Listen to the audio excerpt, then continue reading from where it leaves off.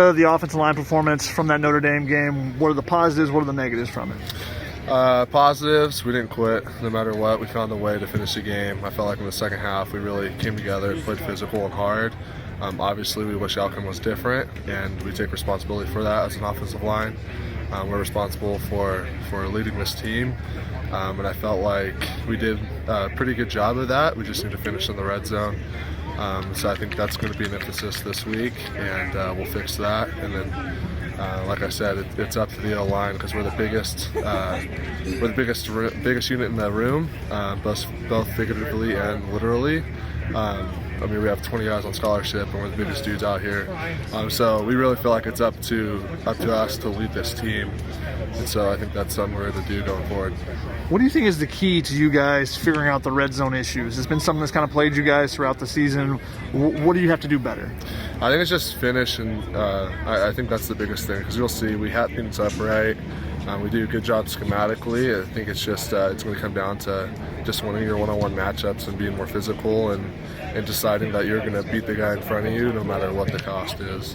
One of the things that Notre Dame was able to do was the stunts. They were able to get some pressure on those third and long situations. That's something that gave you guys some trouble earlier in the season too.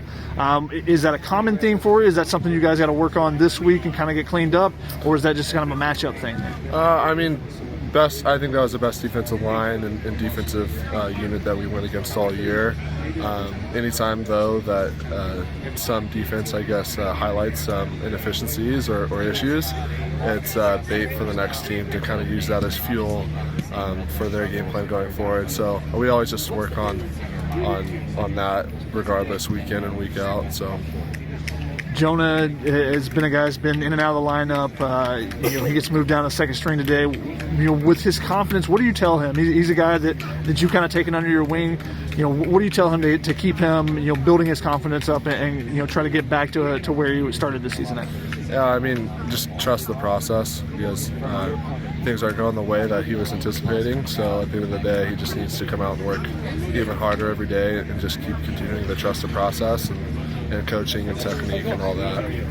You guys had some penalties in that game. There was some false starts, holding that really hurt you late in the game. What do you got to do to clean those up as the offensive line? Just practicing good habits. I mean, a good quote I heard in my early career here, holding isn't a violation of the hands, it's a violation of the feet. I think it's pretty true, and it holds up to be pretty true. Just being in the right spot and being disciplined enough to move your feet and not be lazy and lean on people will really help us out in our holding penalties. And then no excuses really. It's just undisciplined for the false starts. I know it was older guys, including myself, that were victims of that. Really, there's no excuse for it, regardless of being in a hostile environment, full crowd, loud noises. So just something that we need to address and just work on our discipline.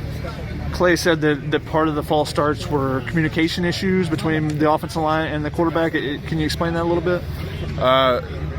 Trying to go fast, typically, we're just all anticipating. It was a run play, so we're anticipating to get going and going downhill. And so kind of it taking a little bit to get the ball snapped kind of caught us off guard. And so that was addressed on the sideline, and we figured that out. What do you think you guys got to have to do as a team to get your mojo back? I think it's just play together in all three phases of the game, offensively, defensively, and special teams wise. I really think that they all build off each other. And so I think if we can, as an offense, find a spark and get it going early on in the game, I think it'll help the defense out, kind of like we saw at Washington State later in the first half. Everything just started going our way. Defense started getting a bunch of 3-and-outs. We kept scoring. Special teams were making plays. So I think we all just feed off each other. So we just need to be the reason why that gets going as an offense. One of the things the offensive line and the offense as a whole has excelled in this year that has been an issue in the past is those third and short situations, those short yardage situations, 4th and 1, 3rd and 1. Why have you guys improved so much in that area this season? And the success rate is just way better than it had been in the past. I don't know, really hats off to Coach McGuire over here. He's really just done a great job teaching us to play more physical with better technique. than we have been in the past, just holding us accountable to that. So really attribute a lot of our success in that regard to him, and him holding us accountable and just being disciplined.